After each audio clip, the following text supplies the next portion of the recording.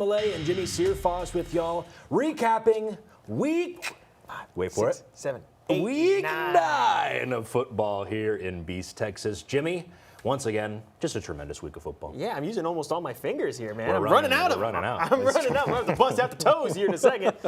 Don't worry, we will not bust out the toes, but we'll bust out the highlights here. Yeah, check this out, Dan. Our site game, what is a good one today, huh? It was a good one. Harrington Stadium, a raucous student section getting ready for game time. Guard on the attack here is Zachary Ryle. Hands it off to Paul-Antoine Lapointe. And let me tell y'all, this kid was on point tonight. Can't see nothing in front of him. Can't see nothing coming up behind. Eventually taken down inside the 20. Then Lapointe says, allow me to finish what I started here. Going right up the gut, sidestepping the referee on the way into the end zone to put Brook Hill up 7-0 midway through the first quarter. Warriors trying to get something going on offense. Handoff to Franklin Horde, but he's got nowhere to run, nowhere to go. Third down stop forces Tom Ball the punt away. Guard go back to work and keep things rolling. If it ain't broke, don't fix it. Come on, keep up, cameraman. Me. Lapointe with another big gain, and Brook Hill's in business once again. And no, folks, these highlights aren't repeating. Lapointe just could not be stopped tonight. Getting the guard into the red zone on that run. Brook Hill goes to the ground attack again, but this time it's Grant Gundy breaking through the pile saying,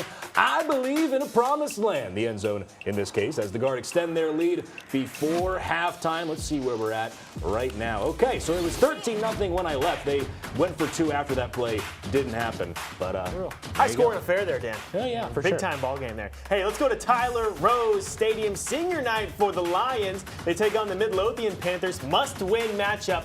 If Tyler High wants to stay in this playoff atmosphere, the playoff talks, after a 75-yard drive, Panthers quarterback Justice Roberts takes a snap, takes it himself, gets some good blocks, puts his shoulder down, crosses the plane, gets the Panthers on the board for their first drive of the ball games. Lions ball next. Caden Granberry looks to pass, plenty of time in the pocket, launches it deep, hits his tight end Chris Moore, who's got a man all over him. Lions to settle for a field goal on this one. They get the ball back. Ashton Araga with a handoff, cuts outside, makes one miss. He's got a man to beat, and he's on to put the Lions back on top. Panthers are going to look to answer back after this one. Little long celebration there. Third down, play action. Roberts throws before the man even turns around. Jace Newman with the quick grab, extend the Panthers' drive.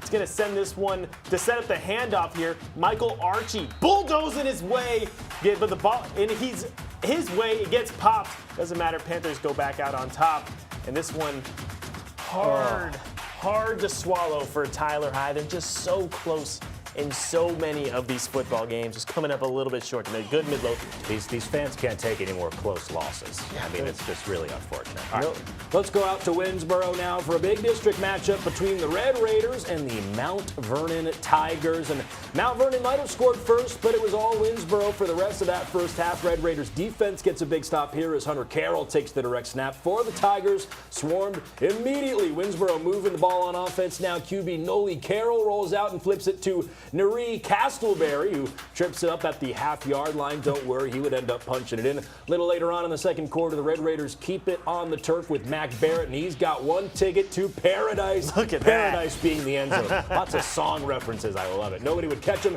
He would trot in a long run to the house. All right, back to that Winsboro defense, though. Mount Vernon QB Cade George looking to find an open receiver, but it's linebacker Julian Moss finding him and planting him into the turf with a monster hit. Mount Vernon's offense just non-existent in the first half. Red Raiders looking to score now before halftime. Here comes the air attack. Carroll loading up downtown to Camden. Capehart, he drops it right in the breadbasket. Capehart takes it the rest of the way. Winsboro looking to beat Mount Vernon and moving to second place in the district. They lead 38-8 at halftime. That'll play. And then they keep on keeping on. So Winsboro over Mount Vernon. Mount Vernon was undefeated in district, but at this point, Winsboro will jump them into that second spot. Eddie Money reference? Heck yes. Yeah, Will. That was wonderful. Yeah, yes, that was sir. tremendous. How about Will Riddell? Hey, take me out of Tatum, where they took the timeout to honor the players from the Eagles' 2005 state championship team who leisurely strolled through the tunnel, in the inflatable tunnel. Tatum's opening drive, quarterback Grant Adcock runs a quarterback sneak straight up the middle, 15 yards for the first down, eventually turned the ball over on downs on that drive. Atlanta's first possession. Quarterback Braden Thompson takes snap, rolls to his right, scrambles, and then passes out to Caden Linwood, who picks up the first down. That drive's going to stall as well. They punt, trapping the Eagles inside of the 5-yard line. Adcock is going to hand the ball off to Ty Moore, plunges into the pile. Ball gets stripped. We're just turning it over all over the place.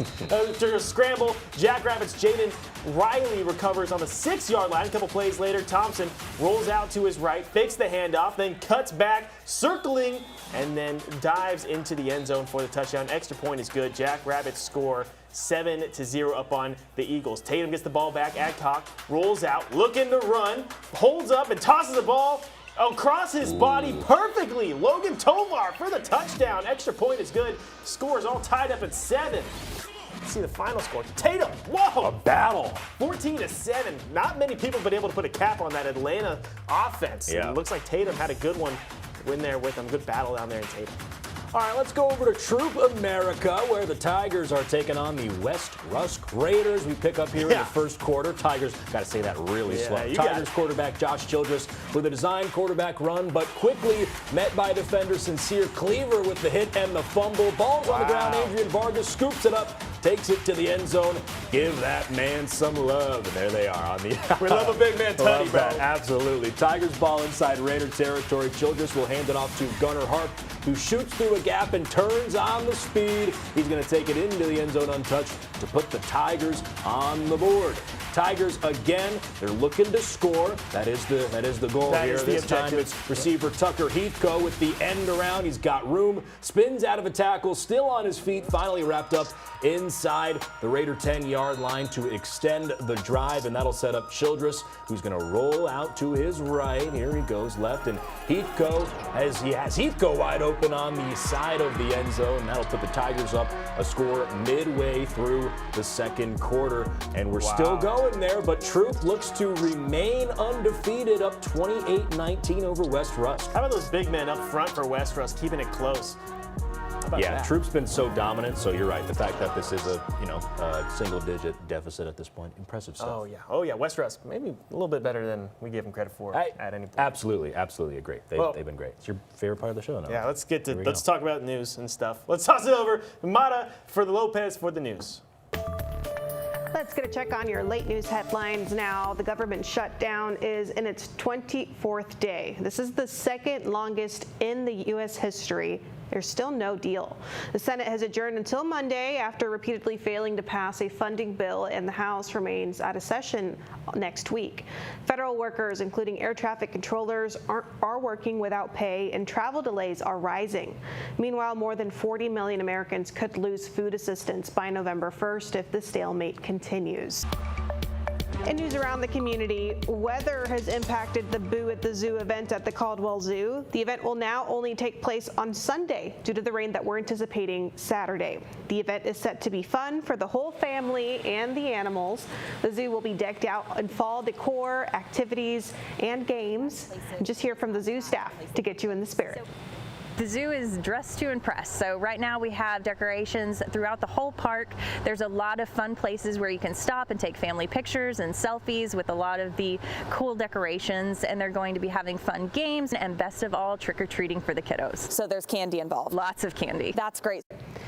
While you're there, be on the lookout for the animals enjoying their pumpkin treats. All the festivities are included with the admission of price to the zoo. And be sure to watch the full Exploring the Caldwell Zoo episode. It's on our website now and on CBS19+. A $50,000 check was presented to the Children's Advocacy Center of Smith County today. It's all thanks to a fundraiser organized by first responders. Sheriff Larry Smith came up with the idea of the Smiles for Kids golf tournament several years ago. This is all to benefit the work done at the Advocacy Center. That tournament brings together the Sheriff's Office, Tyler Police, EMS, and fire departments, all to help support children who've been victims of abuse or neglect. We'd hate to have a child that went without their crime against them not being properly investigated, and it takes money to get buy the equipment and all of that to be able to properly investigate a crime. We've come a long way, and we've still got a long ways to go. Thanks to fundraisers like these, the Children's Advocacy Center can continue its work.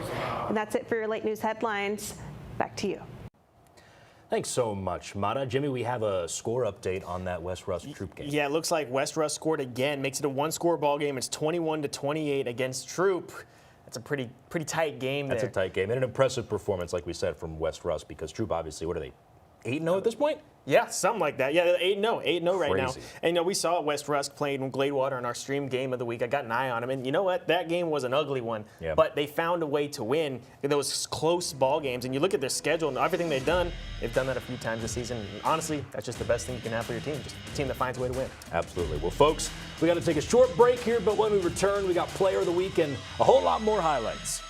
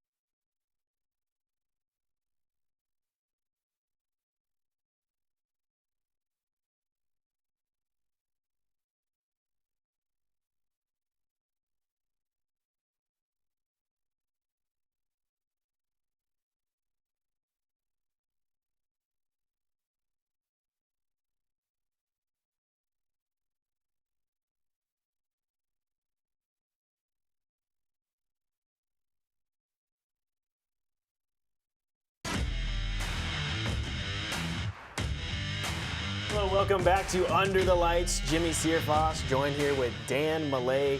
Had some great games, had some great performances, but last week we had one that definitely stood out. Shocked us a little bit. Yeah. You really look at a stat sheet and you're like, wow, that's a pretty good one. Because if you search up Athens quarterback David Richardson, you'll find a recruiting profile, but it doesn't have any pictures, it doesn't have any stars, it doesn't have any offers. But the Stingers quietly put together one of the best seasons in 4A football this year. It's about time someone started talking about him. CBS19 Sports Player of the Week, sponsored by East Texas Professional Credit Union. And I want to trade him for any quarterback in the state of Texas. He's a warrior, tough. Watch him in elite games. He's been the best player on the field. David Richardson has quietly been one of the best quarterbacks in 4A football. Quietly passed for 1,500 yards in just over half a season. Quietly tossed for over 20 touchdowns in the same amount of games. Quietly hiked the ball every single play. But in week 8, he couldn't be any louder. Oh, it felt great, but it was really just a team effort. The O-line played their best game, and then my receivers made some heck of plays. And that offensive line held off a defense that's got more recruiting stars than the night sky and didn't allow a single sack. And Richardson left a game without a bruise from the backfield, which is good because he's already been playing with a broken hand for weeks. In return, he tossed for 364 yards and 7 touchdowns, while also taking off for another 87 on the ground, just like the man he wears the deuce for. I mean, I've always been an Aggie fan. Just that swag that he played with, just on the field, he's just a walking highlight reel. And now Richardson's playing with that same kind of swag, which is important because... And you have to be elite. But the best trait he's got... His character is what makes him what he is. But I really think he's really tried this year, hey, how can I try to make guys around me better? And he plans on leading those Hornets all the way to a state championship. Hey, let's go Rusk versus Athens. Hornets hosting the Eagles of Rusk. Hornets able to land a major sting right off the bat. This is one of the very first plays from scrimmage. Rusk has trouble in the exchange. Ball's loose. Satchel Williams falls on the recovery. Hornets back in business. Athens would march in the red zone. This was 4th and goal. You don't need a field goal. You toss it up to this man. David Richardson links up with Emmanuel Moore, who climbs the ladder, comes down with it. Hornets a 6-0 lead early on. Eagles would turn it over again. They kick off this time, and Athens knocking on the door again. Keep it on the ground. Nathan Champion taking it in on the handoff of the sweep play. Has no problem taking it to the house. Rusk team captain Adrian Tumblin looking to give the Eagles a little life. He feels this one the kickoff and able to make his way over to the sideline for a few nifty moves before turning it on the speed. He hit the afterburners before getting ushered out around midfield. Unfortunately, the big return wouldn't amount to much. Rusk looking to convert on 4th down. There's Malachi Overstreet taking the snap, and he gets his own 2 feet tangled up behind the line of scrimmage. Athens would go down and score again. Hornets had a 19-0 lead at the end of the first quarter. That's a good recipe for a win, and it looks like that's how that went. Yeah, not to spoil anything, but Athens has impressed me. Athens looks really good right now, dude. Really, really good. All right, where we go? We got Winona at ARP. Case Arrington right here is going to get the tackle, and then the touchdown for Josh Smith. We've said his name a bunch this year. Every time we go out to ARP, we're talking about Josh Smith. Tanner Hunt will get the 2-point conversion here. So then now we're going to see Winona get a 15-yard penalty. So Zane Bork with the touchdown. That's a touchdown pass, and we're going to just look at the final score. It's 61-0. ARP wins big over Winona. Speaking of names we say all the time, how about Bork? Bork is a name we consistently have on our screens when we're talking about the ARP Tigers. Yep. ARP Tigers. A lot of Tigers. First quarter here. Let's go down to White Oak and Liberty Ilo. Adrian Taylor jumps over players to move the ball downfield, getting the hurdles out a little early. And how about him? He's going to do the same thing again, or this time just going to launch it downfield to Roderick Foster, who takes the ball in for a touchdown. No one even kind of close to this kid. Goes in for 6. Where's the defense? 6 for 6, baby. 7-0, Liberty Ilo up early. White Oak, Levi Sipes breaks loose, moves the ball downfield for a solid gain here. Look at him just tucking it and going before getting wrapped up and dropped. Few plays later on, White Oak takes this ball into the end zone. Gap emerges, then it closes. He tumbles through it, puts the head down, Scadaboo style, makes his way into the end zone. We're all tied up at 7. White Oak losing this one to Liberty Ilo 27-14. I was honestly a little bit surprised by this score, not gonna lie. I know White Oak's a real tough game anywhere. Game anywhere. I know, White Oak themselves, the Rough Riders. And Liberty Ilo's kind of been up and down. Yeah, they've been a little up and down. Did I say Liberty Ilo first? I meant to say Liberty Ilo first. It's a tough game, but they've been up and down. White Oak's been pretty consistently good this year. It's true. All right, we got to find out what the weather's going to look like for this weekend and beyond. So here's Jamie Hazard. Hey there, East Texas, and happy Friday. So let's take a look at the next few hours for you. So 10 p.m., you're going to be at 71 degrees and mostly cloudy skies. At 1 a.m., you're going to be cloudy and at 70 degrees. But this is when those thunderstorms could start rolling in. You have that potential starting at midnight. And then at 6 a.m., you have scattered thunderstorms, 66 degrees. So this is a weather impact day on your Saturday morning. So make sure you're staying weather aware, staying safe, keeping your phone nearby, and looking at alerts. We have a risk for flash flooding in most of East Texas. So tonight, we're going to be mostly cloudy and thunderstorms after midnight. Tomorrow, you're going to have heavy thunderstorms. It's a weather impact day, and then looking ahead, we're going to be mainly dry with a big cool down coming your way. You can maybe get some of that fall weather soon. So the next 3 days for you. So Saturday, 90% chance of thunderstorms, 74 is going to be your high. Sunday, 75 degrees, 20% chance of rain. Should be a pretty dry day for you, and then you're going to start off your week dry on Monday with partly cloudy skies with a high of 78 degrees. Thanks so much, Jamie. Notably, No rain tonight. No rain. It was Not a great night for football. Everybody who moved their games to Thursday, it's fine. I'm not upset. All right, we're going to throw it to another break here. When we return, we got 3 more games for y'all.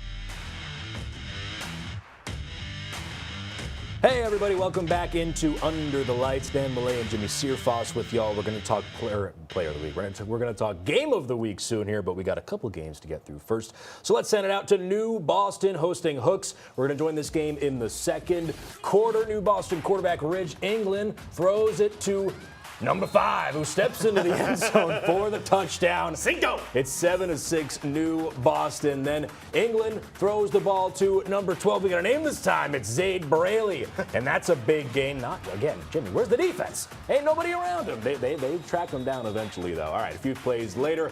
They're going to throw it to Demetrion Manchester, who moves the ball closer to the end zone. Chunk plays for New Boston here. This time it'll be Bryce Thomas taking the ball in for the score. Make it 14-6 New Boston. And let's see where we ended up. All right, Hooks making a comeback. They haven't quite wrapped that one up yet, but Hooks up 18-14 in the fourth quarter. How about that? Hey, let's go out to White House. Wildcats knocking on the door quickly. Check out Carmelo Perkins breaking the plane into the end zone for a White House score over Hallsville. Hallsville leading to make something happen. Quarterback Caden Wallace confuses me. I get it. He will make something for himself. We're starting heading towards the sideline, getting pushed out of bounds before getting brought down. Bobcats looking to keep it rolling. Wallace takes the snap and look at him. You can see him coming from behind like Michael Myers. Cadavian Pickens coming around and drills him for the loss. This was later on. I know it's a little far out, but let me just sum it up for you. White House fumbles. They lose the ball. Hallsville gets the ball back with great field position, but Cadavian Pickens, how about number 0 again? Wow. Didn't let that go anywhere. Here's the field goal. No good. High snap. Wasn't able to get that one off just right. Hallsville versus White House. Hallsville looks like, yeah, he's tossing up the deuce. Little peace sign. 13-6. Looks like White House ended up not capitalizing any bit more other than one score this ball game.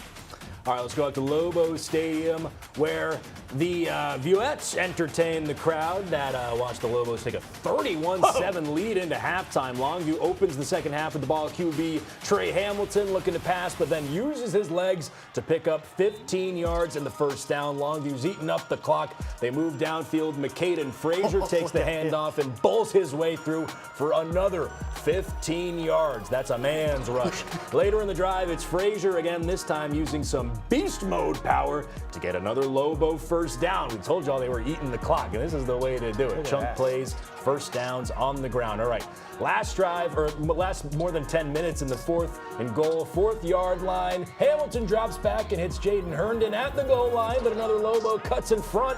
Ball bounces into the air, falls in the end zone, turnover on downs. Longview still leading. Heat trying to mount a drive, but on 3rd and 3, the Lobos swarm the running back and shut the Hawks down. Let's see where we ended up.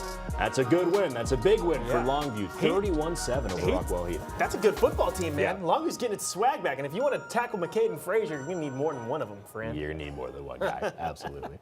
All right, well, it's game of the week time. Oh, yeah. Let's go out to Iona Air. Excited for this one. Dan and Jimmy, this game was crazy. This was definitely an offensive game. I've never seen a game so high scoring as this one. Mount Enterprise was explosive on all 4 quarters as well as Lovelady, but what it really came down to was the last few minutes of the game when Mount Enterprise scored an interception. Their defense was explosive. That was the main difference maker, but let's get into these highlights. Let's head out to Mount Enterprise where the Lovelady Lions face the Wildcats, where both teams are coming in the matchup undefeated. Picking up in the middle of the first quarter, Kagan Ash keeps the ball here. He's able to push through the middle and finds the space to break away. Once he finds the space, this is what happens. No one can catch him. He runs straight to the end zone for a Wildcat touchdown. Lovelady here, Moises Vallejo, forces his way right in the end zone for a Lions touchdown. Now let's get into the second quarter here. Joshua Bennett launches it deep to Jace Webb for a perfect catch straight to the end zone for the Wildcats. Joshua Bennett hands it to Kagan Ash, so you know what that means. He breaks away and shows his speed down the right side. He actually said, "You can't catch me," and they couldn't on this play. He ran it for at least 60 yards for another touchdown.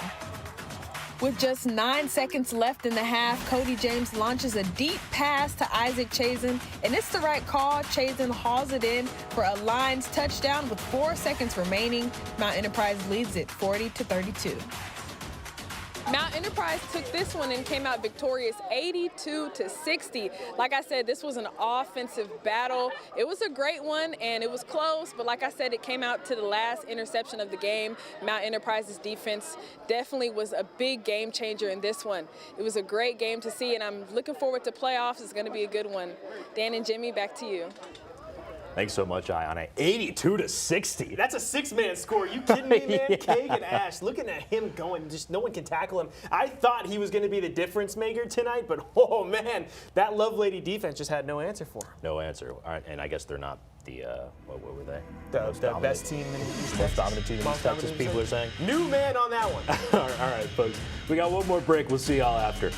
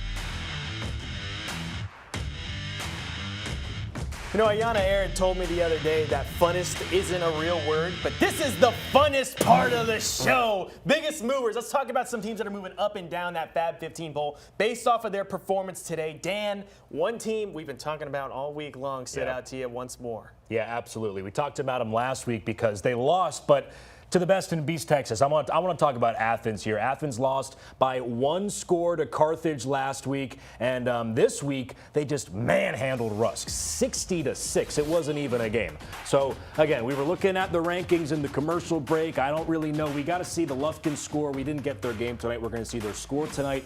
If Lufkin lost, they could possibly hop over them. I don't know if they're going to move past Longview. They're in the 10 spot in our big school Fab 15, but I've just really liked what I've seen from Athens the last 2 weeks. And let me tell you about Winsboro. There's not really a whole lot of room for them to move up, but I think they hopped Frankston this week. Frankston played Carlisle. It's just not as impressive of a win as it is Winsboro's over Mount Vernon. The defense showed up big time, and they figured out tonight, better than any night, hey, just toss it down to Camden Capehart. That kid is out there somewhere. He's the fastest wide receiver in 3A football, man. Okay. He won the 100-meter dash a few times. I think he's been state champion twice now. Oh, there's all you need to know.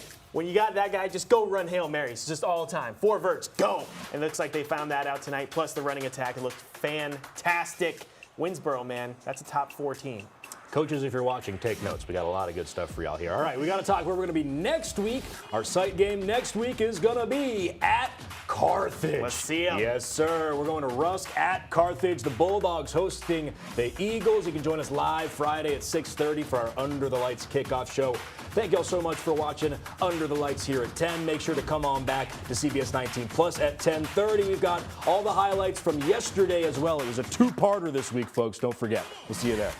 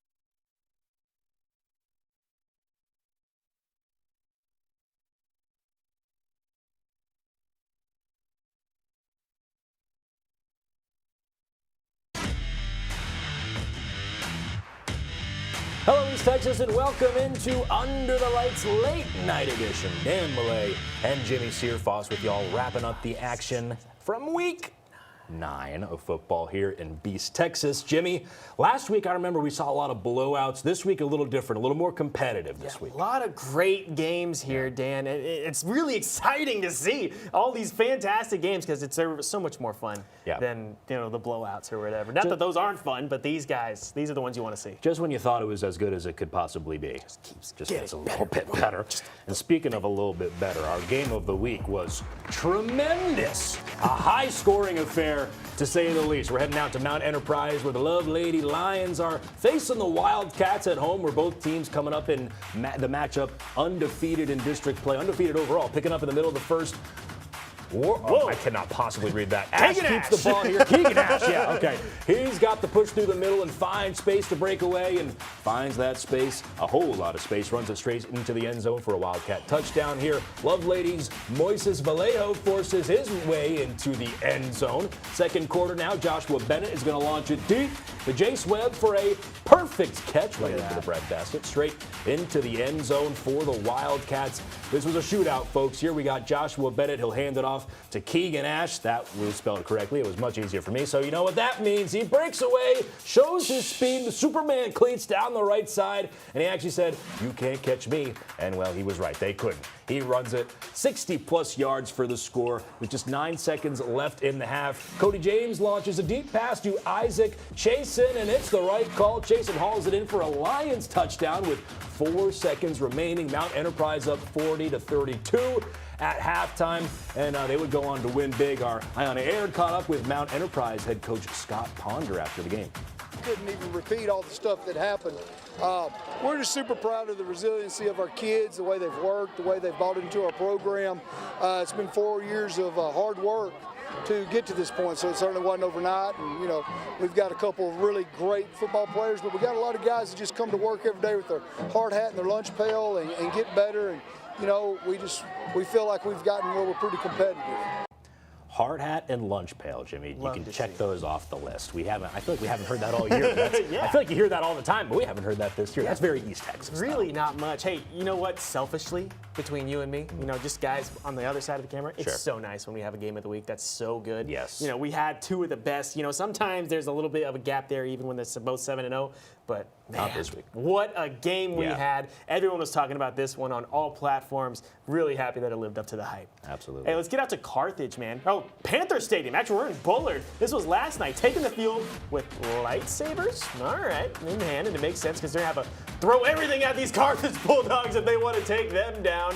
Carthage, one of the best teams in the state in any level. Right out of the gate, Carthage, Jet Surratt making his man go into the end zone. Junior Henderson along the sideline. Senior stretches out. That will be a touchdown. Remember that name, folks. Junior Henderson, because next Bulldogs possession, here he is again. This time the 3-star receiver makes the catch. Coming across the middle, defenders track him, but he was a little bit too into the end zone.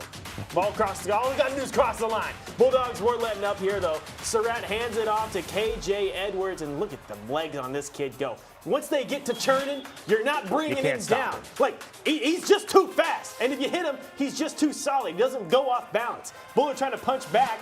Micah Skaggs sends a pass over the middle, but it's picked off. Tylen Williams, Carthage out there showing everybody why they are the best in the East Texas.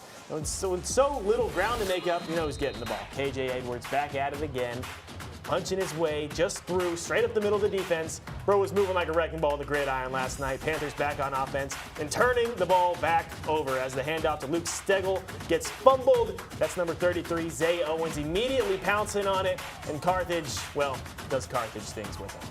That one got pretty ugly fast. Let's see the score.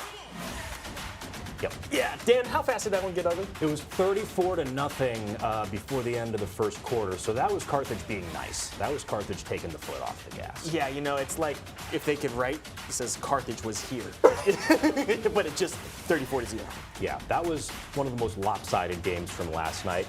And we got another one right here. It's a beautiful night. It was a beautiful night. This is last night at RE St. John's Memorial Stadium as the Kilgore Bulldogs invite the Palestine Wildcats to town early in the second quarter. Bulldogs up 7-3. Kilgore facing 4th and 1 in the red zone. Quarterback Kason Brooks hands it to Isaiah Waters, who plunges ahead for the first down. A few plays later, it'll be the quarterback once again, Kason Brooks, taking the snap, taking off straight ahead into the end zone for the touchdown. An extra point was good. Bulldogs lead it at this point 14-3. Now Palestine has the ball. Quarterback London Brown drops back, looks deep down the sideline, but Kilgore's LaKeelion Graves cuts in and pulls down the interception on the ensuing drive. Another 4th down for the Bulldogs, but they're gonna go for it. Quarterback Brooks rolls to his right, looks back left, and tosses to LaKeelion Graves, doing it on both sides of the ball, fights off the defender, takes it into the end zone for the touchdown. An extra point would be good. Kilgore up 21-3 at that point. And like I said, this was another blowout, folks. A lot of blowouts last night. A lot of close games tonight. A lot of blowouts last night. 55-3. Kilgore beats Palestine. Well, maybe Brownsboro versus Center was a little bit better. Brownsboro was hosting the Center Rough Riders at their stadium right off of Highway 31. Center had the lead at the break. Starting the third quarter, Bears trying to catch the Rough Riders napping. Kicker Connor Lightfoot drives the ball straight into the turf for the onside kick, but Center would handle it without any problems. Start the second half off with some good field position. How's a Rough Rider running back Jeremy Bloodford taking the handoff, and look at the power of this kid, still churning, bringing defenders with him before getting brought down for some good yardage. Brownborough defense would lock in, though. Your Center looking to convert on 4th down. Gabriel Hendricks, not today. Putting the receiver in a straitjacket, nothing to do there. Center would get the ball back following the interception. This time, Rough Riders would find the pay dirt with a little bit of help. Jeremy Bluford takes off and finds plenty of green grass and some more of the colored grass as well. Center takes the lead there. Here's the third. Rough Riders continue to pour it on. Quarterback Easton Wolf just keeping it himself. Look at him go. And the Jets would not be caught. Rough Riders dominated the start of the second half, and there wasn't much Brownborough could do to stop them. Let's see that final score. 58-22. Not exactly the close one we were looking for, Dan. No, but Jimmy, well, this wasn't a close game either, but it was your stream game. Here we go. Yeah, stream game. Check it out. Or this first half. Taylor drops back. He wants that deep ball again. Nobody throws him prettier than he does. Throws it into double coverage. Is that caught? It was! 2 receivers to the top of his screen, but he gonna hand this one off. Did he get it in? Looks like they did push it into the end zone. Gilmer Buckeyes on the board for the first time tonight. Yancey hands it off, and there's a lot of open space. He just puts his head down and runs forward. Pleasant Grove storms back, drops back, wants to pass. Tight coverage there for the Pleasant Grove Hawks, and he's going to force it. It's going to get intercepted. Yancey drops back, looks over the middle. He has one-on-one coverage there, and it's going to be brought in. Here's the snap. Yancey wants his man downfield. Got some separation right in the bucket. Could not have placed it in a better spot for Spencer Browning to haul that one in. He's just going to go ahead and hand this one straight off. Not able to tackle him on the first contact, and he's got a lot of room ahead of him. He's a quick man, and he's going to make his way into the end zone past the pylon. Nick Bells bringing him from deep. That one got pretty ugly pretty quickly. 41-7. We learned why Pleasant Grove's really at the top of those, that taps. Taps? The big school, I know what you meant. fabulous 15 Absolutely. rankings. All right, we saw it before, but let's go back out to Athens. The Hornets hosting the Eagles of Rusk. We're looking at all of last night's games, folks. This was one of them. Hornets able to land a major sting right off the bat. Very first play from scrimmage. Rusk has trouble with the exchange. Ball's loose. Satchel Williams on the recovery. Athens would march into the red zone, and this was 4th and goal. You don't need a field goal when you can throw it up to this guy. David Richardson, player of the week, links up with Emmanuel Moore, who climbs the ladder, comes down with it. 6-0 Hornets. Eagles would turn it over again on the kickoff, and now Athens knocking on the door again. This time they keep it on the ground with Nathan Champion taking the handoff on the sweep play. No problem taking that bad boy to the house. It's all Athens early. Rusk team captain Adrian Tumling looking to give the Eagles a little life, though. He fields the kickoff and is able to make his way over to the sideline with a few nifty moves before turning on the speed and then finally being ushered out of play near midfield. But unfortunately, the big return wouldn't amount to much. Rusk looking to convert on 4th down. Malachi Overstreet takes the snap, gets tripped on his own 2 feet behind the line of scrimmage. Athens would go down and score again. Hornets had a 19-0 lead at the end of that first quarter. And how about it? I mean, I talked about it before, but man, Athens, I still just can't get over how close they played Carthage last week. And they really backed that up here. Obviously, different level of opponent, but 60-6 over Rusk. It's well done. And I like how you worded that, ushered out to the sideline like he didn't get the shoulder laid down on him. Hey, classy. Let's go to Elysian Fields, hosting Ore City. Just the Jackets. They're orange. Still unbeaten this year. First drive of the game for the Jackets. Brandon Kennedy on the read option. Eventually just pulls it. Juke it. Big Bane. Look at him go. First down, Elysian Fields, and a little bit more. Got a little pink on him, too. Not just the orange. And he's just staying alive, baby. They're trying to pull on that shirt, that poor white shirt. Later on in the drive, gives it to Brandon Adkins. This time, a lot more room ahead of him. Going right into the touchdown. 7-0, Elysian Fields. Rebels now having it, facing a 4th down in Elysian Fields territory. Blake Jones tries to escape. Spencer Scott able to take him down. No good. Turnover on downs. Get it back in the Jackets' hands. The next play. I don't know if they're t-shirt toss. I wonder if they're orange or white. The next play, change of possession, straight up the middle. Brandon Atkins keeping it simple. Makes one man miss. Speed does the rest. 70-plus yards for the tutty. Elysian Fields jumping up big time after the first quarter. They go on to win. You know, I don't even think I needed to see the score after what I'm just watching those highlights. Elysian Field dominating Ore City. I'm telling all these blowouts on Thursday night. All right, we got one more for you. Big Sandy at Wascom. The Wildcats at home facing Big Sandy, hoping to bounce back from a loss to Beckville, leading 27-0 in the second quarter. No roster listed for the visiting Wildcats. Joe Irving with a clean tackle of the running back. Ball comes out recovered by Maddox Ducot. The Wascom offense set up in good field position. Chris Hernandez on the option, pitches to Joe Irving, makes a couple moves, jukes down the sideline, forced out of bounds right at about the 5-yard line. However, the next play for Wascom, Chris Hernandez on the sneak from that 5-yard line. Big push up front, ends in a touchdown for Wascom, making it 34-0 after that play. After a quick defensive stop, Wascom's offense back with it around midfield. Hernandez looks to pass, pocket collapses. He uses his legs, picks up the first down just outside the 30, now around the 10. The toss to Nate Espy, blockers in front, but 6 defenders in the area can't stop him. Look at this kid. Like a wrecking ball. 41-0 Wascom at the half, and they go on to win big. Another Thursday night blowout, 61-7 over Big Sandy. You know, TGIF. Yeah. TGIF, because Thursday games were not as fun. No, people were saving the good ones. It was probably bad karma because they shouldn't have moved the games to Thursday in the first place. I mean, if they just watched CBS19 and Brett Anthony and Jamie Hazard and Joel Robinson, I knew that. You would know. He works in the mornings. They would know. There's always next time. We got more highlights coming up. We got way more. Don't go anywhere.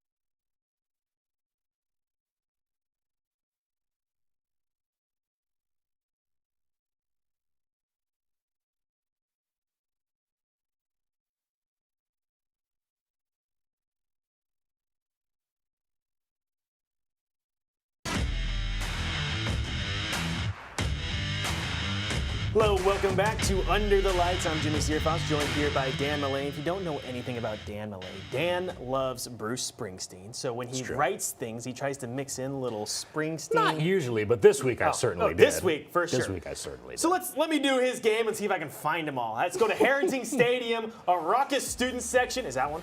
Yep. Oh, all right, ready for game time. Oh, I'm sorry. No, that wasn't one. I thought you were asking if that was the raucous student section. Oh, no. All right. Well, Zachary Ryle hands it off to Paul-Antoine Lapointe.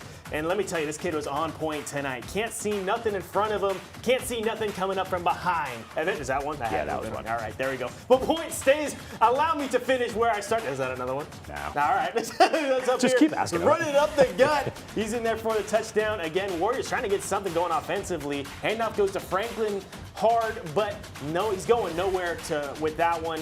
Go third down, stops forces, Tom Ball punts it away. Guard goes back to work, keeps things rolling. If it ain't broke, don't fix it. Come on, keep up, cameraman. Is that one? That was me. No. Oh, okay. You missed one. You missed one. Lapointe with another big. I missed one. With the Brook Hills business once again. No, folks, these highlights aren't repeating. Lapointe was just all over the field tonight. Could not be stopped. Here he is going into the end zone again. Brook Hill to the ground and pound all night long. It was just a big night for Lapointe, and not a big night for my Bruce Springsteen knowledge. You were 1 for 3. 1 for 3. Yeah, I'll take it. That's a Hall of Fame batting average. That's true. That's a really good batting average. That is a different score from this one, but it was 13-0. There we go. Brook Hill, 13-0. All right, let's go to a 5 p.m. start time tonight. It's Tyler High at Rose Stadium hosting the Midlothian Panthers, a must-win game for Tyler High. Like you said, Jimmy, they want to stay in the playoff picture, and if they want to do it, they got to win it. After a 75-yard drive, Panthers QB Justice Roberts gets the snap, takes it himself, gets some good blocks, puts the shoulder down, crosses the plane. Panthers' first drive of the game is a touchdown. Lions ball, quarterback Caden Granberry looks to pass, plenty of time, sets his feet, launches downfield to the tight end Chris Moore, who's got a man all over him, but it don't matter. Lions would have to settle for a field goal on that drive, though. Lions ball again. Ashton Ariga with the handoff, cuts outside and makes a man miss. One to beat. He's in the end zone, puts the Lions on top. And he gets lifted up. We love that. Panthers looking to answer back on a third down play action. Roberts throws before his man even turns around. It's Jace Newman, the grab to extend the Panthers drive. He says, move the chains. That'll set it up for a handoff to Michael Archie, who bulldozes his way in, gets popped, but it don't matter. He puts the Panthers back on top. And again, Tyler High with a one-score loss. Brutal. 49-43. Midlothian takes that one. They're always just right there. Just got to take that next step. Hey, let's go down to Winsboro for a big district matchup. Red Raiders and the Mount Vernon Tigers. Big-time implications with this one. Mount Vernon might have scored first, but it was all Winsboro for the rest of the first half. Red Raiders defense gets a big stop. Here is Hunter Carroll. Takes the direct snap for the Tigers and gets swarmed immediately. Next play, Winsboro moving the ball on offense now. Noli Carroll rolls out, flips it to Neary Castleberry. Trips up at the half-yard line. Don't worry, he would end up punching that one in a little later on. Second quarter, Red Raiders keep it with the turf. Mac Barrett, he's got one ticket to paradise. How about that? Eddie Money, baby. Going into the end zone. Nobody even kind of catches this guy. He's going to go ahead and trot his way all the way to the house. Back at the Winsboro defense, Mount Vernon quarterback Cade Gorge looking to find an open receiver, but Julian Moss finding him instead, planting him into the turf. Huge hit there. Layered the hit stick down on him. Red Raiders looking to score for halftime. Here comes the air attack. Let me guess. Camden Capehart? Yeah, just go out there and run it, young man. Drop it into the bread basket. They hit him with the, he's out there somewhere. He's out there somewhere kind of pass. Big time lead for Winsboro, 38-8 at halftime. And it ends up sticking around, 55-22 over Mount Vernon. It's like a Thursday night score snuck its way into Friday night. But not actually. That was the score from the game tonight. All right, out at Tatum, where they took time to honor the players from the Eagles' 2005 state championship team who took a leisurely stroll through the inflatable tunnel. Tatum's opening drive here, quarterback Grant Adcock runs a quarterback sneak straight up the middle, 15 yards for a first down, but They would eventually turn it over on down. So with Atlanta's first possession here, quarterback Braden Thompson with the snap rolls to his right, scrambles left, passes to Caden Linwood, who picks up the first down. The drive stalls, and they would have to punt away, trapping the Eagles inside their own 5-yard line, where Adcock hands the ball off to Ty Moore, who plunges into the pile, and the ball gets stripped. After a scramble, the Jackrabbits' Jaden Riley recovers at the 6-yard line. We're just going back and forth, back and forth. A couple plays later, Thompson rolls to his right, fakes the handoff, and then cuts back left, circling around and dives in for the touchdown. Extra point was good. Jackrabbits up 7-0 over the Eagles at this point. Tatum gets the ball back, and Adcock rolls to his right, looking to run, but he holds up and tosses the ball across his body, beautifully hitting Logan Tovar for the touchdown. The extra point was good, and the score was tied at 7. Let's see where it ended up. Atlanta. Well, one team stayed at 7. One team, yeah. Atlanta just finding a way to win that ball game, though. Hey, take me out to Lobo Stadium. Vuettes entertaining the crowd that watched the Lobos take a 31-7 lead into the halftime. Lobos are great on all ends. Band, right? Yeah. They're Rangerettes, I guess the Vuettes. They're going to open up the second half with Trey Hamilton looking to pass, using his legs to pick up a nice solid 15-yarder there. It's enough for the first down. Longview eating up at the clock. They move downfield. McCaden Frazier, bring a friend next time, big man. He's going to pick up another 15.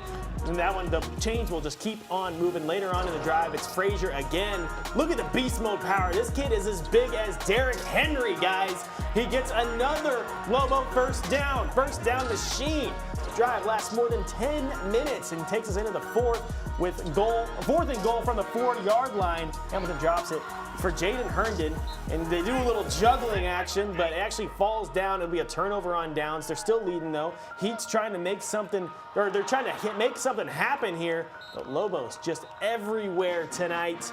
Not in the Mahomes jerseys, I noticed. No? Not in the new Mahomes jerseys. It was a blackout. Like an alternate kind of. Yeah, maybe. It was a blackout in the stadium. Maybe they're going for a little bit of a deeper look.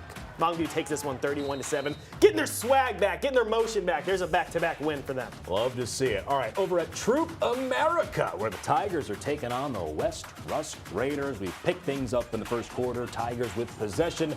Tigers QB Josh Childress with a design quarterback run, but quickly met by defender Sincere Cleaver with the hit and the fumble.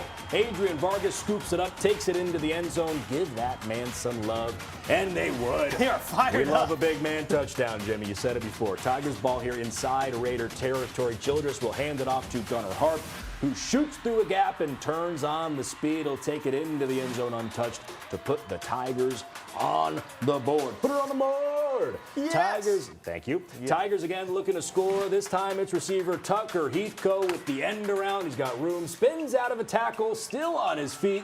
Finally getting wrapped up inside the Raider 10-yard line to extend the drive, and that'll set up Childress, who rolls right. There he goes. Now goes to his left. Heathcote wide open on the side of the end zone. That puts the Tigers up by a score midway through the second quarter. And okay, so Troop piled on a little bit at the end. Remember, we talked about it. It was 28-21 in the fourth. Troop adds on another touchdown. Credit to West Rusk for keeping it close, but Troop is 9-0 now. Oh yeah. They could go this whole season undefeated. They might not lose till December, to be honest with you. Yeah. West Rusk, I don't see them dropping much in those rankings, though. Hey, let's go out to ARC, where Case Harrington makes a big-time tackle here, and then it just goes into no tackle here. Josh Smith just taking it into the end zone for 6 there for the ARC Tigers. Tanner Hunt gets a 2-point conversion right afterwards. And after that, Winona commits a little penalty there, a little laundry on the field. Zane Bork gonna pick this one up. A lot of work in the red zone for the ARC Tigers. He just goes straight in head. And notice I didn't see any red zone action for Winona, and that's because they just might not have got there all night. 61-0. Laying an egg in Winona. I was gonna say. I was trying to think of the mascot. Do Winonas lay eggs? All right, it's what do we got? Liberty Iowa hosting White Oak. First quarter, Arian Taylor jumps over the player to move the ball downfield. The old hurdle. Never out of style. Then Liberty Iowa quarterback launches the ball down to Roderick Foster, who takes it all the way to the house. Nobody near him. Where's the defense, Jimmy? Where are they at, though? I'm like, where's Waldo? But where's the Rough Riders? Where's the defense? 7-0 Liberty Iowa after that play. Then White Oaks, Levi Sipes breaks loose, moves the ball downfield for a big gain. The legs churning in the all-white unis. He says, move the chains, please, and thank you. Like a blur out there. A few plays later, White Oak takes the ball into the end zone for a touchdown. We're all tied up at 7 after that. But Liberty Ilo runs away with it in the end. Well, maybe not runs away, but they win 27-14 over White Oak. All right, let's go down here to New Boston. Second quarter, New Boston quarterback Ridge England throws it to number 5, baby. Steps his way into the end zone for 6. Now 7-6, New Boston leads Hooks. Then England's going to hit this one again to Zaid Braley. How about this for a nice solid gain there for number 12 before he gets shoved out of the end zone. Actually, he might have gotten ushered out of the end zone. Yes, a few plays later, Boston throws it down to Manchester. Just keeps on hauling it down there. Solid pickups here. Yeah, good drive here for New Boston. They're going to keep on making it happen. Bryson Thomas is going to go ahead and keep this one in there for the score. 14-6, New Boston over Hooks early on in this one, but Hooks would come back 18-14. You know, Hooks actually won the Dave Campbell's Most Creative Logo Award this week. Really? Oh, yeah. And I guess a win in week 9 comes with it. 18-14. Shout out Hooks. Yeah, I mean, most of these teams just kind of copy another logo, but I guess they didn't. Gilmer's the worst at it. They just took that G from everybody else. All right, Jimmy, well, we got White House where the Wildcats are knocking on the door quickly against Hallsville. Carmelo Perkins breaks the plane, finds the end zone. Hallsville needs to make something happen, so the quarterback, Caden Wallace, will keep it himself and start heading up, goes to the left and gets taken down before the touchdown zone. Bobcats looking to keep on rolling. Wallace takes the snap, drops back, looks for Stockin, who's Michael Myers. He got hit by Michael Myers from behind. Cadavian Pickens around with the tackle around. All right, this one's far out, but let me break it down for you. White House got the ball back and then fumbled. Hallsville got the ball back in great position, but Cadavian Pickens didn't let him go anywhere with it. Comes up with the huge stop in the backfield, sets it up for the field goal, which is no good. and then we throw up the deuces. Yeah. Because always, we always do that. And then he was chill. He seemed pretty chill. He's a cool guy. See him. But Hallsville takes that one 13-6 over White House. Hallsville, it's been, it hasn't been the best, most sexy year for them, but they've kind of clawed their way into a playoff spot a little bit right now. I'm pretty sure with that win, I think they're sitting in that number 4 spot. Well, we have computers in front of us, so we're going to double check that. We will double check that. I mean, I believe you, but. Don't get me started on logos. We'll have a 4-hour show. for Hallsville? What's wrong with their logo? Oh, Hallsville's got a fine logo. It's like a little Harvard-y, but it's pretty good. Okay. We'll be back. We'll be back. We got top plays.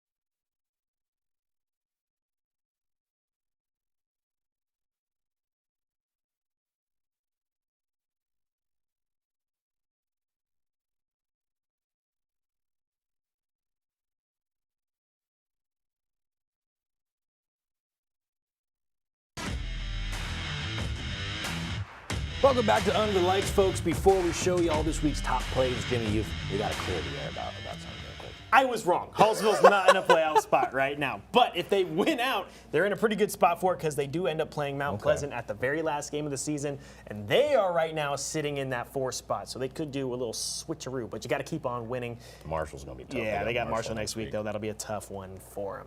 Good luck. Anything's Top possible. plays. Anything's possible. All right. Joshua Bennett. Who we got? Joshua Bennett, Mount Enterprise, hands it off to Keegan Ash. So you know what that means. He breaks away, shows off the speed. Superman down the right side. He said, "You can't catch me." And, well, they couldn't catch it. 60-plus yards on the touchdown and a top play. Hey, let's go out to ARP. Zane Bork scoring the touchdown here. 22-yarder, working through 2 guys. Maroon falling into the other Maroon. Big-time score there for ARP, keeping them in the fight. I don't even know if there's much of a fight there. Well, you know, it's TV. We can spruce it up a little bit. Tyler High, Caden Granberry passes to the tight end, Chris Moore, who's got a man all over him, but he makes the catch anyway. However, Tyler High loses by 1 score to Midlothian. Hey, let's go out to Tatum. Quarterback Grand Adcock rolls out to his left, looks like he's gonna run, pulls it down and stops, just hurls that thing I was to hoping a this was a top play. streaking Logan Tavar, That's beautiful. who walks into the end zone for the untouched touchdown. I know that kid can hurl it, man. I love that. Across the body, going the other way. That's just impressive. That's All right. Elway-esque. We got true peer Tigers quarterback Josh Childress with a designed QB run, but met quickly by the defender Sincere Cleaver. The hit and the fumble. Ball's on the ground. Adrian Vargas scoops it up. How about a little scoop and score for a top play? Give that man some love. And this is top play worthy just in itself. The celebration on the sideline. Oh, yeah. Absolutely It's a love party on the sideline, baby. As it should be. All right, Dan, are you ready? Are you ready? Folks, we have 32 scores to show you between last night and tonight. So Who else has 32 scores to show you? Who else has 32? Nobody's got 32 scores. Let's get back into it. Hang on tight. Here we go. From our site game, Brook Hill takes it 13-0 from our game of the week. Mount Enterprise over Lovelady, 82-60. Talk about a shootout. Hallsville beats White House 13-6, like we just talked about. Midlothian, the 1 score, 49-43 win over Tyler High. Atlanta and Tatum in a close one, but Atlanta wins at 14-7. Longview getting their get back 31-7 over Rockwall Heath. Troop over West Rusk 35-21. Good fight from the West Rusk Raiders. And then our all over Winona 61-0. All right, let's see the other ones.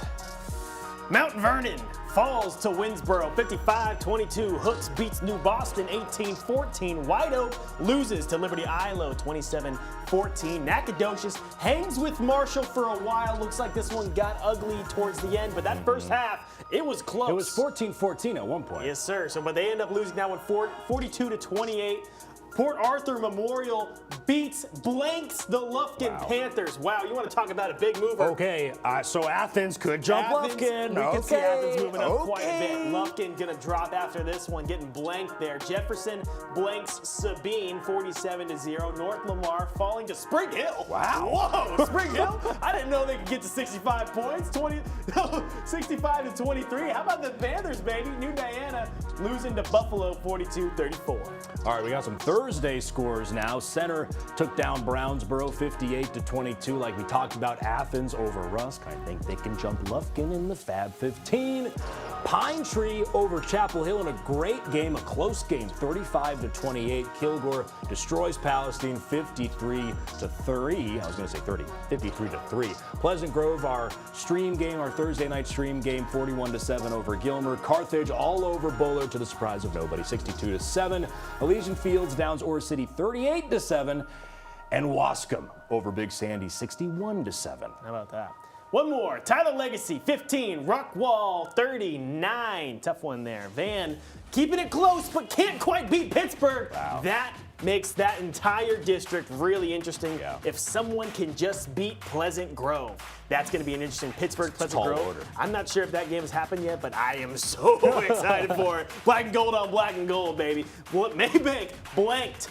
May blanked. Oh, very good. Thank you. That's why we get paid the big bucks. By Lindale, 49-0. New Springs loses to Dangerfield. How about that turnaround for Dangerfield? 72-16. Yeah. They are on fire right now. Grand Saline beats up on Lono, 55-13. Jacksonville loses to Mount Pleasant, 53-3. Rains, 0 to Malakoff, 61-0. Yeah, nothing. No kidding. Ferris, 15. Canton flexing their muscles on them. Still undefeated, Canton. Yes, 58-15. They're in our top 15.